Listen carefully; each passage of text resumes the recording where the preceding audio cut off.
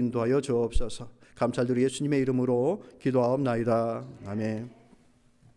오늘 함께 나누실 말씀은 역대하 24장의 말씀입니다.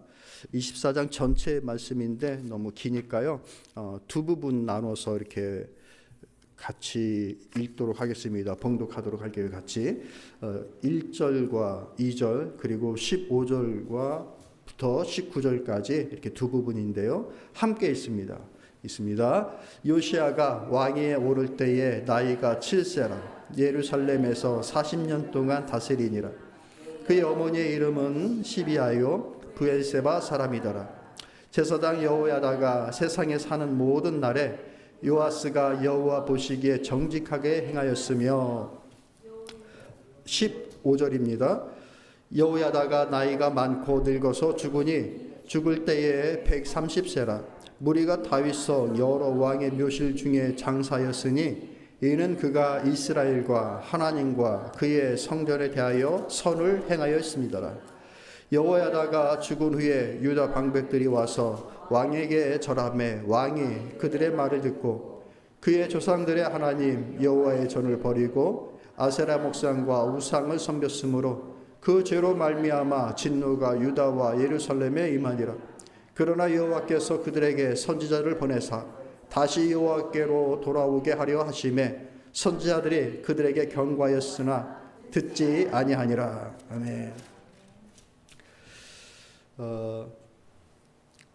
내일이 메모리얼 데이인데요, 나라를 위해서 참으로 희생을 하고 또 그 위에서 그 은혜의 바탕으로 오늘을 살아가는 우리들이 그들의 희생들을 생각하면서 보내는 날인데, 사실 그런 것들을 뭐 생각하는 분들도 있겠지만 많이들 생각하지 못하고 긴 휴일 찾아보는구나 이 정도로 생각할 경우들이 생기는데요, 시간이 지나면, 세월이 지나면 은혜도 퇴색되어지고 연약하게 느껴지고 별로 크게 느껴지질 않는 우리들의 마음입니다. 당시에 그런 희생을 치르기 위해서는 엄청난 두려움도 또 무거움도 있었을 것이 분명한데, 오늘을 살아가는 저희들은 그런 희생의 무게들을 깊이 깨닫질 못하죠. 왜냐? 세상이 바뀌고 변화하니까요. 변화되는 세상 속에서 그 변화를 제대로 따라가지 못하거나 변화의 의미를 달리 생각하면 은혜에 대한 기억을 다 잃어버립니다. 또 마찬가지로 은혜에 대해서 기억을 하지 못하면 바른 변화를 해야 될 시기에 바르게 변화하지 못하고 엉뚱하게 변화를 하게 되어집니다. 맞물려 있습니다. 한 곳에 오래 머물러 있다 보면 이제 보여지는 것들이 있는데 계절의 변화예요. 여러분, 교회에 들어오실 때 교회의 그 환경들이 변하는 것들이 가끔 느껴지십니까? 일주일에 한 번 봐서는 잘 모를 수도 있어요. 우리가 매일 보는 장소에서 1년, 2년을 지나면 그 환경이 바뀌는 것을 압니다. 봄이 오고 무성한 잎이 우거지는 여름을 느끼게 되어지고, 언제 그랬냐 싶게 그 잎이 다 떨어져 버리고 겨울에는 저 나무가 살았는지 죽었는지 모를 그런 나무로 변화 있는, 주변이 바뀌는, 변화되어지는 것들을 아는 거죠. 왜? 오래 시간을 함께 보내니까. 어쩌다 보면 그것이 원래 그랬는지 안 그랬는지 모르는 거예요. 근데 오래 시간을 보내면 변화되는 것을 아는 거죠. 사람도 마찬가지입니다. 사람도 오래 같이 있으면 이 사람이 변하는지 안 변하는지 알아요. 원래 그랬던 사람인지 안 그랬던 사람인지를 알게 되죠. 어쩌다가 혹은 처음 만난 사람은 이 사람이 변화된 사람인지 안 변화된 사람인지를 모르죠. 그러나 오래 시간을 가지면 이 사람이 바뀌는구나, 변화되는구나, 바뀌었구나, 이거를 알 수가 있어요. 같이 있으니까. 변화라는 것이 좋게 변할 수도 있고 안 좋게 변할 수도 있어요. 어떤 변화는 돌이킬 수 있는 변화도 있고요, 어떤 변화는 돌이킬 수 없는 변화도 있어요. 그렇기 때문에 변한다라는 것은 대단히 중요한 문제입니다. 잘 변하고 좋게 변하려면 원칙과 중심이 있어야 돼요. 다른 말로 한다면 재탄생할 수 있고 유익이 될 수 있는 변화가 되려면은 중심이 잡혀져 있어야 돼요. 그리고 어떤 원칙이 있어야 거기에 맞게 재탄생과 누군가에게 유익이 되어지는 방향으로 갈 수가 있어요. 중심이 없이 변하면은 이 변화가 어디로 갈지 몰라요. 우리가 봄, 여름, 가을, 겨울을 느낄 수 있는 사계절의 변화에는 어떻게 가능합니까? 태양이라고 하는 그 중심이 있기 때문에 가능한 거예요. 이 태양의 중심을 벗어나 버리면 그냥 한번 겨울로고 끝나는 거죠. 우리 다시는 못 보게 되는 거예요. 그런 변화가 오면 안 되겠죠. 사람의 변화도 마찬가지예요. 안 바뀔 수가 없거든요. 사람이 조석으로도 바뀔 수가 있고요. 1년 전과 올해가 다를 수도 있어요. 그런데 그 변화되어지는 상황 속에서 그 변화의 중심과 바른 원칙이 있다고 한다면 흔들리더라도 일관된 전진을 하게 됩니다. 나은 방향으로 가게 되는 거예요. 우리는 그것을 가리켜서 성숙이라고 합니다. 성숙. 사람들이 성숙하여 가는구나. 바뀌지 않으려면 성숙할 수가 없는 거예요. 근데 바뀌는데 그 사람이 성숙되어져 가는구나. 이것을 영적으로 신앙적으로 하면은 뭐라고 할까요? 성화라고 얘기를 합니다. 되게 안 바뀌어 이 사람이. 교회를 5년 다니고 10년 다니고 20년 다녔는데도 되게 안 바뀌어. 하는 사람이 있는가 하면 야, 그분 참 사람이 달리 보이는구나. 어느 순간 봤더니 많이 달라져 있구나 하는 것을 느낄 때에 이분의 신앙생활이 깊어지는구나. 성숙하여 가는구나. 성화되어 가는구나 하는 것들을 느끼게 되는 것이죠. 변화는 좋은 것일 수도 있고요. 나쁜 것이 될 수도 있는 것이죠. 오늘날 우리에게 변화가 필연적으로 벌어질 것인데 좋은 변화로 우리의 인생이 전진하여 나가려고 하면 우리가 반드시 해야 되는 일이 있다라는 거예요. 뭘까요? 은혜를 기억하는 사람이 돼야 되는 거예요. 따라해 봅시다. 은혜를 기억하는 사람. 그 은혜를 기억함이 내 인격이 되어지고 내 앞날을 바라보는 꿈이 되어지고 그것을 실현시켜 나가는 방법이 되어질 때에 우리의 삶 속에 성숙이 오는 거예요. 우리 함께 읽은 말씀 24장 1절과 그리고 후반절부터 읽어나간 이 말씀을 보면은 요아스라고 하는 인물이 나오는데 이 인물이 아주 180도 바뀐 그 내용을 우리가 살펴보게 됩니다. 좋게 변했을까요? 안 좋게 변했을까요? 이거 눈치채셨군요. 변해도 이렇게 안 좋게 변할 수가 없는 인물이 바로 이 요아스라고 하는 인물입니다. 요아스는 아주 선하게 시작되어졌어요. 그의 말이 하나님의 평이, 성경의 평이 뭐라고 얘기하는가? 요아스가 왕에 오를 때에 나이가 7세라 예루살렘에 40년 동안 다스리니 그의 어머니의 이름은 시비아요 브엘세바의 사람이더라. 제사장 여호야다가 세상에 사는 모든 날에 요아스가 여호와 보시기에 정직하게 행하였으며 라고 얘기를 하는 거예요. 요아스가 그와 함께한 인물인데요. 하나님 보시기에 정직하게 행하였다라고 얘기를 하는 거, 평이 좋은 거예요.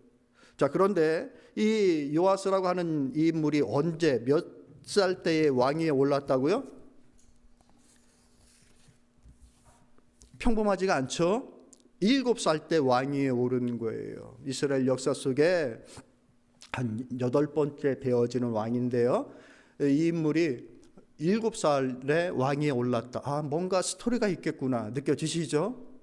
이게 이제 여호람 때부터 그의 할아버지 때부터 올라가는 건데 우리가 지난주에 나누었던 여호사밧 왕에 대하여서 그가 바른 정치를 하고 신앙을 회복하는 일을 했는데 한 가지 실수하는 일이 있었어요. 뭐냐면 아합 왕과 너무 친하게 지냈어요.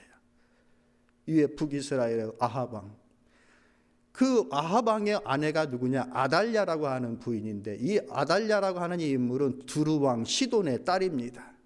이 아합 왕이 정략 결혼을 한 거예요. 주변 나라의 공주와 결혼을 해서 나라의 안정을 꾀했던 것이죠. 문제는 이 여왕이 이사벨이라고 하는 이 여인인데 뭘 드려옵니까? 그 나라의 모든 우상을 다 드려옵니다.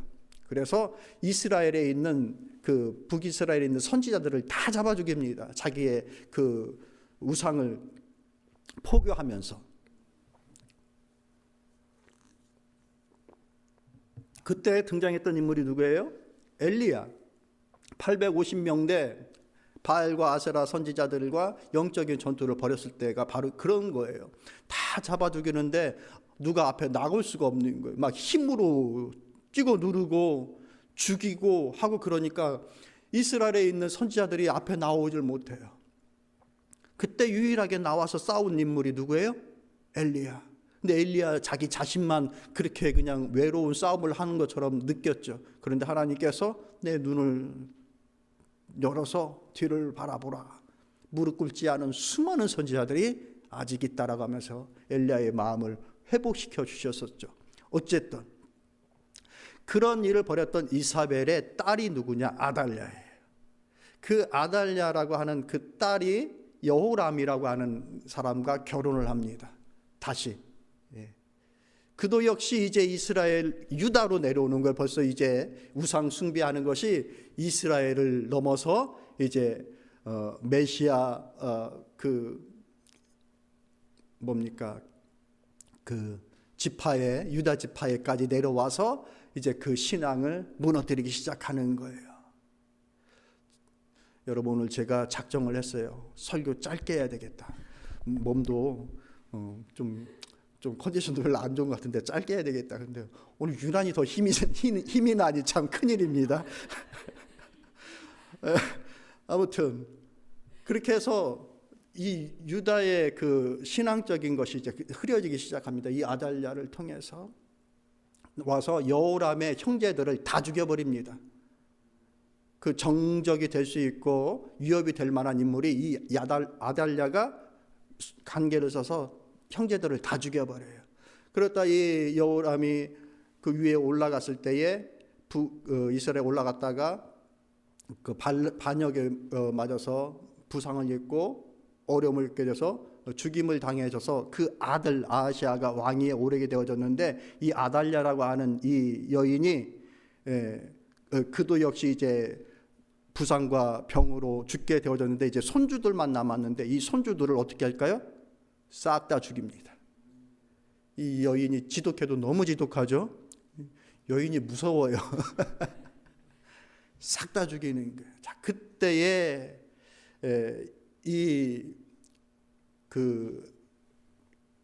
요시아의 고모가 이 요시아 딱 한 사람을 구해낸 거예요.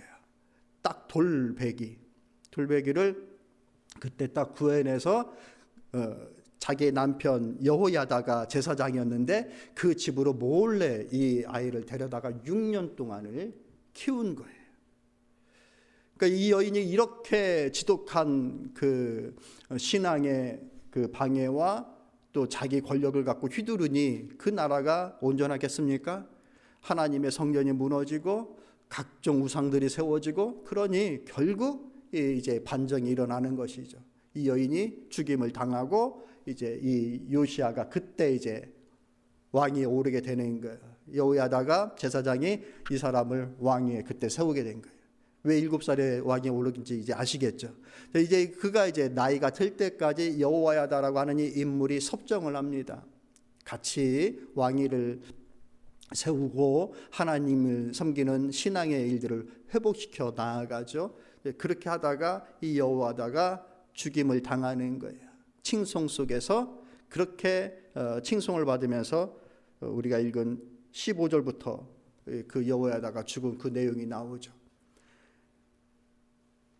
그가 있을 동안에 하나님을 잘 섬깁니다. 그리고 그가 이제 어느 정도 나이가 들어서 스스로 왕위를 치러 나갈 때 40년 동안 했다 그러니까 이제 그의 생각이 깨어 있으면서 여호야다의 영향을 받은 많은 하나님 섬김과 백성을 사랑하고 긍휼히 여기는 그 마음으로 정치를 잘 해 나가는 것이죠. 그러다가 이 여호야다가 나이가 많이 들어 죽임을 이제 당하게 된 거예요. 죽게 된 거예요. 그리고 난 이후에 여러분 읽으신 것처럼 17절에 여호야다가 죽은 후에 유다 방백들이 와서 왕에게 절하매 왕이 그들의 말을 듣고 그의 조상들의 하나님 여호와의 전을 버리고 아세라 목상과 우상을 섬겼으므로 그 죄로 말미암아 진노가 유다와 예루살렘에 임하니라라고 얘기합니다. 갑자기 여호야다가 죽고 난 이후에 방백들이 와서 그냥 간단하게 쓰여졌지만 많은 압박이 있었겠죠. 푸시하고 했겠죠. 그러자 다시 어떤 일이 벌어집니까? 하나님의 성전이 다시 무너지고 아세라와 바알의 신전이 다시 세워지는 일이 벌어집니다. 여호야다가에게 배웠던 모든 영적인 일들, 하나님을 섬김과 백성들을 섬기는 그 모든 일들이 그의 스승이 죽고 난 이후에 갑자기 다시 원래의 모습으로, 스승 없었던 모습으로 다시 바뀌어버리고 만 거예요. 변해버린 거예요. 이스라엘이 어떻게 됩니까? 완전히 다시 변해버린 거죠. 유다가. 그 결과가 어떻게 됩니까? 수많은 방백들이 죽게 되어지고 23절부터 보면 이 유다가 망하는 장면이 나와요. 1년 후에, 그런 일이 있고 난 1년 후에 유다가 망합니다. 어디로부터? 아람 군대가 내려와서. 지금의 시리아죠. 그런데 표현이 어떤 표현이냐? 적은 군사에 의해 무너졌다라고 합니다. 대단히 많은 군사들이 와서 유다를 무너뜨린 것이 아니라 적은 군대가 와서 그 유다의 방백들을 다, 사람들을 다 무너뜨리는 그 상황이 오고 만 것이죠. 첫 번째, 이 요시아의 부족함이 무엇인가? 스승의 귀한 가르침을 받았을 때에 스승으로부터 진리를 배우고 그것을 자신 가슴에 새겨야 되는데 진리를 배우지 않고 스승만 배운 것 같아요. 무슨 말씀이냐? 스승이 준 말씀을 스승이 떠나고 난 이후에도 그 가슴속에 새기고 살아가야 스승으로부터 받은 그 배움이 진정한 배움이 되는 것이죠. 스승이 함께 있을 때는 잘하는데 스승이 없으니까 스승의 가르침이 다 사라져버리는 거예요. 그의 은혜가 다 사라져버리는 거예요. 그로부터 받았던 모든 가르침과 깨우침이 다 사라져버리는 거예요. 여러분, 우리는 진리를 배우는 하나님의 제자들 될 수 있기를 소망합니다. 목사가 바뀌어도 각각의 목사에게 들은 예수 그리스도가 여러분의 진리여야 됩니다. 어떤 분이, 제가 직접 들은 얘기예요. 이 교회를 많이 이제 찾으시는 분이에요. 교회를 찾는다라는 것은 신앙생활을 하겠다는 얘기죠.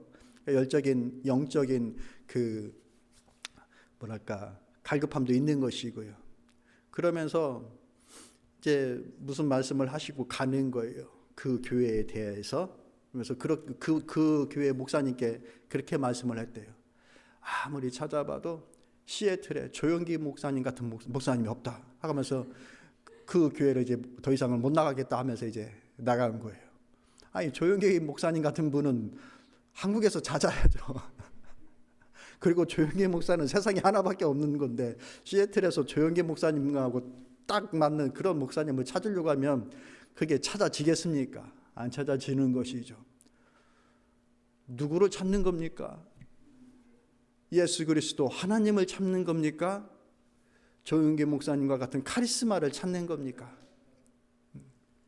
그런 카리스마는 그에게 오는 깨달음이 아니면은 낼 수 없는 카리스마인 거예요. 다른 사람이 그 카리스마를 흉내내려고 그러면은 그게 금세 보이지 않겠습니까? 할 수 없는 거예요. 각자의 부르심으로 각자의 부르심 따라 사역하는 거예요. 그게 하나님의 일들은 그런 거죠. 그 가르쳐준 스승을 통해서 진리를 배워야 되는 것입니다. 그런데 스승이 떠나니 진리도 다 떠나버린 거예요. 부모님에게 귀한 사랑을 받고 부모님에게 깨달음을 얻고 배움을 얻습니다. 부모님에게 신앙을 전수받습니다. 부모님 계실 동안에는 그래도 부모님 옆에서 같이 예배도 드리고 찬양도 하고 그럽니다. 근데 그 부모님이 떠나가시면 교회도 떠나가 버리는 자녀들이 얼마나 많습니까? 저쪽 오하이오주에서는 신앙생활 잘했는데 이쪽 워싱턴에 오면 신앙생활을 못하겠습니다. 왜 그럽니까? 각자에 있는 그런 곳에서의 나름의 분위기와 환경은 배우고 익히는데 그 안에 담겨져 있는 진리를 잘 담질 못하니까 환경이 바뀌니 제대로 그 변화해야 되는 그때에 그 변화를 쫓아가질 못하는 거예요. 사랑하는 성도 여러분, 첫 번째로 좋게 변하기 위해서 우리에게 알아야 될 거, 내 스스로가 진리를 깨닫고 알게 되어지는 그런 제자가 돼야 되는 거예요. 눈에 보이는 부모와 스승이 내 그 진리의 바탕이 되어서는 안 되는 거예요. 지난주에 우리 함께 나눴던 베드로의 말씀을 보면 이렇게 얘기하죠. 사람에게는 버림바 되었으나 하나님께는 택하심을 입은 보배로운 산돌이신 예수께 나아가 너희도 산돌같이 신령한 집으로 세워지고 예수 그리스도로 말미암아 하나님이 기쁘게 받으실 신령한 제사를 드릴 거룩한 제사장이 될지니라. 누가? 내 자신이 예수 그리스도를 모퉁이돌로 여기어서, 모퉁이돌이 저기 구석에 놓으라는 얘기가 아니라 기둥을 세울 기둥석으로 두어서 내 인생에 기둥을 세우고 벽을 붙이고 지붕을 씌울 내 삶의 빌딩을 예수 그리스도를 모퉁이돌로 삼아서 늘 예수께로 나아가는 일을 하고 예수를 통해서 세워지고 그런 일들을 내 스스로 제사장이 되어서 너를 이끌고 나아가라라고 이러고 있는 거예요. 어느 순간이 되면 누가 나를 이끌어 줄 수 없는 거예요. 내가 나를 이끌어야 되는 거예요. 내가 나를 이끌어야 되는 그때에 진리가 내 안에 있어야 되는 거예요. 그때는 스승도 없어요. 부모도 없어요. 어쩌면 환경이 바뀌어 있을 수도 있는 거예요. 그때에 나를 진리로 이끌 자는 나밖에 없는 거예요. 그러기 위해서 내게 필요한 게 뭐냐? 진리의 제자가 스스로 되어져 있어야 되는 겁니다. 따라합시다. 진리의 제자가 되자. 자유의 제자가 되지 말고 진리의 제자가 되어야 되는 거예요. 아멘. 진리의 제자가 되어야 돼요. 그러니 원칙 없는 자유에 속아서는 안 됩니다. 우리가 변화될 수밖에 없다라고 말씀을 드렸어요. 기억하고 계시죠? 이게 쭉 계속 갖고 계셔야 되는 거예요. 중심과 진리가 있어야, 그 원칙이 있어야 우리가 옳게 변화되어지는 거예요. 근데 이 변화라는 것이 내가 변해도 되고 안 변해도 되고 하는 자유가 우리에게 있는 거거든요. 이 자유를 가지고서 내가 하게 되어지면 실수할 가능성이 크다는 얘기예요. 진리를 가지고 원칙과 중심을 잡아서 변하던 변하지 않던 그 자리에 서 있어야 우리가 성숙하여 가는 거예요. 말씀을 읽어볼까요? 고린도전서 10장 23절 24절 말씀 읽어볼게요. 읽습니다. 모든 것이 가하나 모든 것이 유익한 것이 아니요 모든 것이 가하나 모든 것이 덕을 세우는 것이 아니니 누구든지 자기의 유익을 굳지 말고 남의 유익을 구하라 라고 얘기해 주고 있습니다. 바울이 고린도전서 성도들에게 얘기해 주는 거예요. 이런 얘기 저런 얘기들이 많이 나오니까 그래 너희들 그거 다 할 수 있는 거야. 할 수 있어. 굳이 이것이 죄다라고 기록하지 않은 그 인생의 그 변수들이 굉장히 많거든요. 그죠? 성경 속에 인생의 변수가 굉장히 성경 외에 인생의 변수가 많이 나와요. 성경이 모든 것들을 다 담고 있질 않아요. 그때 고린도 교회에서도 막 이제 그런 얘기들이 나오는 것이죠. 그 바울이 얘기하는 거예요. 그래, 모든 것들이 가하다. 그렇게 할 수 있다. 모든 것들이 할 수 있는 자유가 너희들에게 있지만 그 모든 자유들이 다 유익한 것은 아니다 라고 얘기해주고 있는 거예요. 무슨 말씀이신지 깨달아지시죠? 미국이 안 망했으면 좋겠는데 혹시라도 망한다면 이 자유 때문에 지나친 자유 때문에 망하지 않을까 하는 그런 염려가 듭니다. 망가져도 마음껏 망가질 자유가 있어요. 미국에. 가도 끝없이 갈 자유가 있어요. 미국에. 망가진다면 이 자유 때문에, 억압 때문에 무너지는 것이 아니라 자유 때문에 무너지는 것이죠.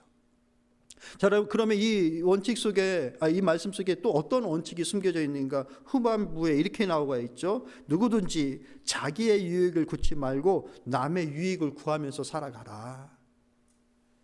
나 자유롭다, 내 자유다라고 해서 막 이렇게 하는 것이 아니라 내 자유가 남에게 해가 되어지고 좀 힘들고 어려운 상황이 되어진다라고 한다면 그 순간에는 네 자유보다는 타인의 유익을 좀 더 생각하여라 라고 얘기해 주고 있는 거예요.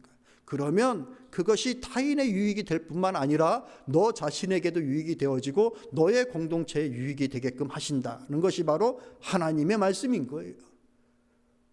구체적으로 고린도 교회에서는 뭘 얘기합니까? 너의 자유를 좀 내려놔서 그들에게 맞춰줄 때에 주의 몸된 교회가 더욱더 든든히 세워져 나간다라고 했던 것이 바로 고린도 교회에 있었던 그 얘기입니다. 그러므로 선자는 넘어질 것을 조심하면서 네가 자유롭다고 해서 모든 것들을 다 하지 말고 너의 것을 스스로 경계하여라 하는 것이 먹고 하는 것들. 나 괜찮으니까 내가 먹고 싶은 거 다 먹어도 돼. 이게 아니라 안 먹어. 이게 먹는 것이 내 자유지만 먹지 않아야 되겠다라고 하는 그 마음이 있을 때 하나님의 교회가 세워져 나가는 것. 그것을 얘기해 줬던 것이죠. 자, 요아스는 자기가 왕이니까 자기가 하고 싶은 대로 개인적인 일과 나라의 일의 정책을 삼을 수 있는 위치에 있었던 인물입니다. 그에게 자유가 있는 거예요. 백성들이 와서 많이 요구할 때 막 간청을 했겠죠. 아세레와 바알 선지 그 우상을 섬기자라는 것은 아주 악행을 하자라는 것이 아닙니다. 여러분, 우리가 우상 숭배를 착각하면 안 됩니다. 아세레와 바알 신은 무슨 신인가? 바알은 풍요를 상징하는 거예요. 우레, 비, 농사 잘 되게 하는 그런 것을 상징하는 거예요. 소위 말해서 부자 되기를 원하는 거예요. 수입 많아지기를 원하는 거예요. 이게 나쁜 거예요? 나쁜 거 아니죠. 굳이 가난하게 살아야 될 이유가 없는 거죠. 열심히 노력하고 해서 세워나가는 것이 우리의 그 즐거움이고 또 유익됨이에요. 그래야 여유도 있고 다른 사람들도 돌볼 또 눈도 생기고 그러는 것이잖아요. 근데 거기에만 집중하고 다른 거 다 채내면 이제 그게 이제 문제가 되는 것이죠. 아세라는 뭡니까? 풍요의 상징이에요. 아이들 많이 낳자. 우리에게 많은 자녀들을 주세요. 자녀가 노동력이니까. 자, 이게 그 원하고 바라는 것 자체가 나쁜 것이 아니에요. 그런데 그것 때문에 다 다른 것들을 쳐내고 특히나 여호와 하나님 신앙을 다 무시해버리고 거기에만 집중하는 거죠. 받는 것만 누리는 것만. 그래서 이것이 악한 거예요. 근데 이 악한 것들을 백성들이 막 요청해 왔을 때에 하나님 섬기는 막 귀찮은 거 많잖아요. 막 힘든 것도 많고 이런 것들을 다 이제 이 요시야 왕이 자기의 생각으로 결정할 수 있었죠. 그런데 어떤 결정을 합니까? 이 원칙을 버리는 거죠. 이스라엘 백성은 하나님을 섬기는 백성이잖아요. 이스라엘에 어떻게 들어온지를 뻔히 아는 것이고 역대 왕들이 어떻게 하나님을 섬겼던 것을 뻔히 아는 요시야인데 모세가 그 민족을 어떻게 이끌어냈고 광야를 어떻게 지났고 그 나라에 어떻게 들어온 것을 뻔히 아는 요시야인데 그것을 다 무시합니다. 원칙을 무시합니다. 하나님 섬긴 중심을 무시합니다. 그리고 그것을 받아들입니다. 다 가한 일이지만 다 유익된 것이 아닙니다. 그 일 때문에 말씀을 드렸듯이 적은 아람의 군대가 내려와서 그 나라를 다 무너뜨려 버립니다. 사랑하는 성도 여러분, 우리의 마음속에 이거 해도 되겠다라고 하는 마음, 그 자유만 쫓아가는 것이 아니라 하나님을 가능하면 여러분의 삶의 중심에 놓고 판단과 결정의 중심에 놓을 수 있기를 권면합니다. 쉽지 않은 일이지만 성경의 말씀과 하나님의 일들을 내 삶의 중심과 원칙으로 두어서 변화해야 할 때도 늘 그것을 중심으로 바라보면서 바뀌는 것이죠. 뭔가 새로운 것을 시작하고 시도해야 되는 그때에도 내 마음대로 막 그냥 펼치는 것이 아니라 늘 중심과 원칙을 살펴보면서 변화를 또 새로운 일들을 시도해 나가는 것이죠. 그러할 때에 하나님의 도우심과 역사가 우리에게 있을 줄로 믿습니다. 한 가지 더 얘기합시다. 우리가 어떤 변화를 해나갈 때에 하나의 체가 필요합니다. 보은의 채를 준비해야 되는 거예요. 이렇게 곡식을 걸러낼 때 할 때 하는 그 채를 말씀드린 겁니다. 보은의 채를 여러분들 준비하셔야 되는 거예요. 무슨 채요? 보은의 채, 갚아야 되겠구나라고 하는 채. 내가 이 은혜를 갚아야 되겠구나라고 하는 그 마음의 채를 준비하여서 행동하는 겁니다. 이 요시아에게 있어서 여호야다는 어떤 인물입니까? 평생 기억해야 될 스승입니다. 그 분 아니었으면 자기는 7살 언저리에 이미 죽었을 사람이에요. 그런데 그를 보호하여서 양육하여서 왕위에 세우고 그가 왕위를 잘 이어나갈 수 있도록 평생 그를 죽을 때까지 서포트했던 인물이에요. 스승도 이런 스승이 없고요. 은인도 이런 은인이 없는 것이죠. 그런데 그런 일이, 백성들에게 이런 일이 벌어지고 요청이 오고 이런 국가적인 흐름이 오자 이 여호야다의 아들 스가랴에게 하나님의 성령이 임하여 그의 입을 사용하십니다. 어떻게? 가서 이 일을 하지 못하도록 요시아에게 가서 얘기를 하는 거예요. 하나님 앞에 돌아가고 하나님 섬기는 신앙으로 돌아가자라고 얘기했을 때에 이 요시아 왕이 어떻게 합니까? 그 말을 듣지 않고 그를 돌로 쳐 죽입니다. 어디서? 하나님의 성전 뜰에서.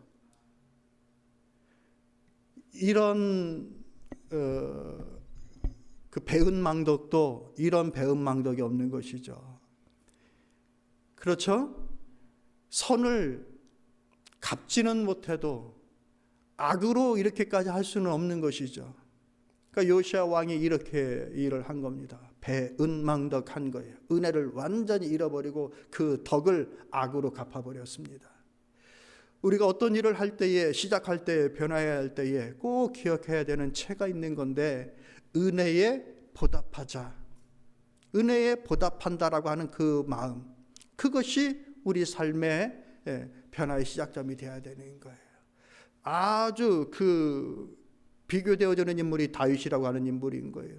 다윗도 죄를 지었었죠. 그가 죄를 지었을 때 나단 선지자가 와서 얘기할 때에 그 즉시로 무릎을 꿇고 회개했어요. 다윗은 나단 선지자의 얘기를 나단 그 사람의 얘기로 듣지 않고 하나님의 음성으로 들었어요.